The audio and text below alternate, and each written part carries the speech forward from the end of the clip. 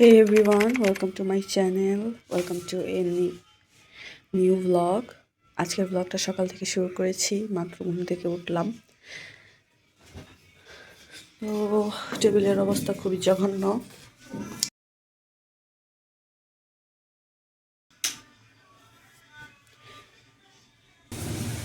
তো আমি সকালবেলা রং চা খাবো, এজন্য আমি চার পানি বসিয়ে দিয়েছি।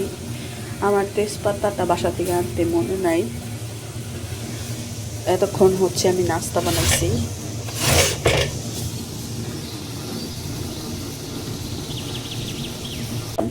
রং চার বিশেষত্বটা যখন চাটা হেলদি বানাতে চাই আমরা, তখন খুবই সামান্য পরিমাণের এখানে পাতি আছে, এই পাতিটা দিয়ে দিব আর একটু লাগবে। খুবই অল্প পরিমাণে পাতি দিব আর জাস্ট 4 থেকে 5 second,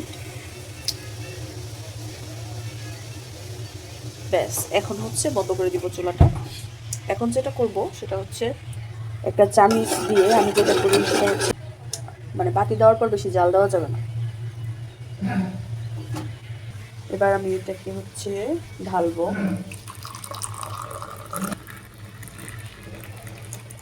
look at the colour, অনেক সুন্দর কালার আসছে।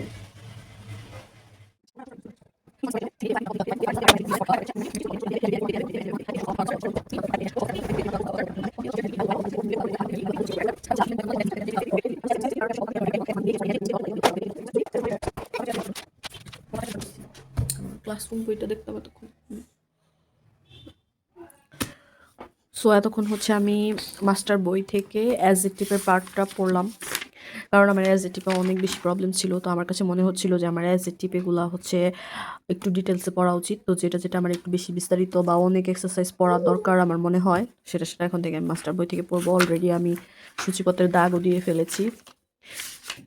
বইটা আমার ছোট ভাই তার অ্যাডমিশন টেস্টের সময় কিনেছিল, বাট অ্যাডমিশন টেস্টের সময় আর কতটুকুই বা পড়া হয়। তারপর বইটা আমি নিয়ে ফেলেছি ওর কাছ থেকে।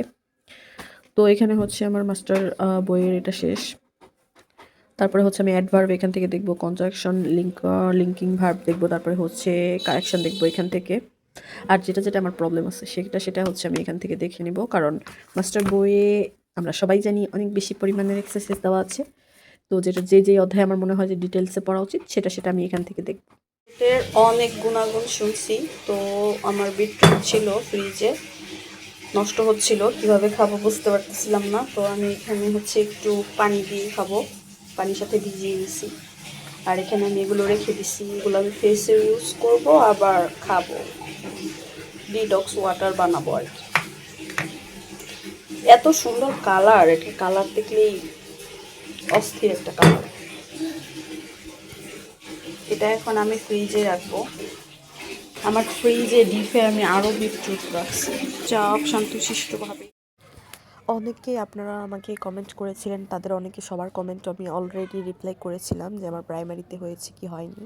তো আমি প্রাইমারি পরীক্ষা দেবার পর আমি অনেকটা আশাবাদী ছিলাম যে আমার রেজাল্টটা আসবে, কিন্তু আমার রেজাল্টটা আসেনি। তারপর থেকে আমার পড়াশোনা একদম ডাউন হয়ে গেছে। মানে আমি আগে যতটুকু পড়তাম তার 5 ভাগের 1 ভাগও এখন আর পড়তেছি না, কেন জানি আমার ভালোই লাগে না। তারপর আমার 2টা পরীক্ষার মেসেজও আসছিল, কিন্তু আমি ওই পরীক্ষাগুলোও আসলে অ্যাটেন্ড করি নাই। কেন তারপর 50তম BCS-এর পরীক্ষাটাও দিই নাই, কেন জানি আর ইচ্ছাই করতেছে না যে পরীক্ষা দিই বা পড়ি।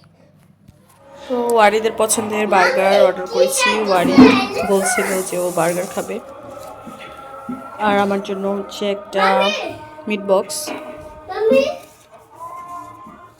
হ্যাঁ, প্লেট আনো।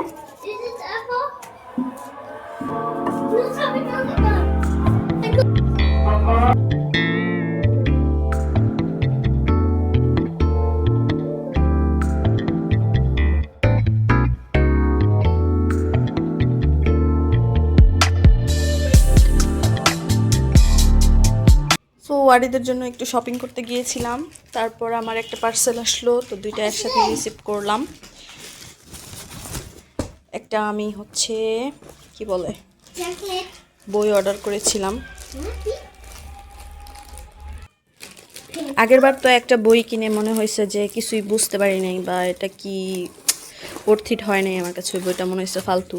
তো দেখা যাক এই বইটা কেমন হয়, সাবজেক্টিভ বই ম্যানেজমেন্টের। আপনাদের সাথে আমিও মানে বইটা খুলতেছি আর শেয়ার করতেছি।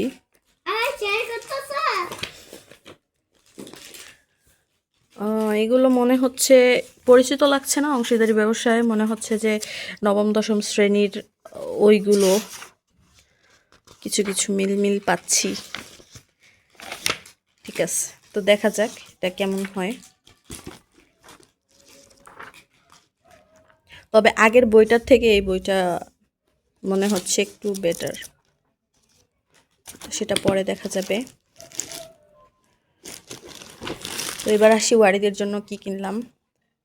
ওয়ারিদের জন্য হচ্ছে এখানে 2টা টি শার্ট নিয়েছি, বলেছে অরিজিনাল জারা ব্র্যান্ড। তো এর আগে ওয়ারিদ ও জারা ব্র্যান্ডের শীতের জামা পরেছিল, ওটাও ভালোই লাগছে, ফেব্রিক ভালোই, এটারও ফেব্রিকটা ভালোই মনে হচ্ছে। এটা হচ্ছে শার্ট। গরমের জন্য আসলে শপিং শুরু করে দিয়েছি। তো গিয়েছিলাম হচ্ছে ওর শর্ট প্যান্ট কেনার জন্য, তো আমার সেটা আমি ভুলেই গেছি। আর বাহিরে ইলেকশনের জন্য এত পরিমাণ গাড়ির রাশ, যেটা বলার মতো না। তো মনে হচ্ছে কেমন যেন মনে হচ্ছে আবহাওয়া অনেক গরমের জন্য তাড়াতাড়ি চলে আসছি বাসায়।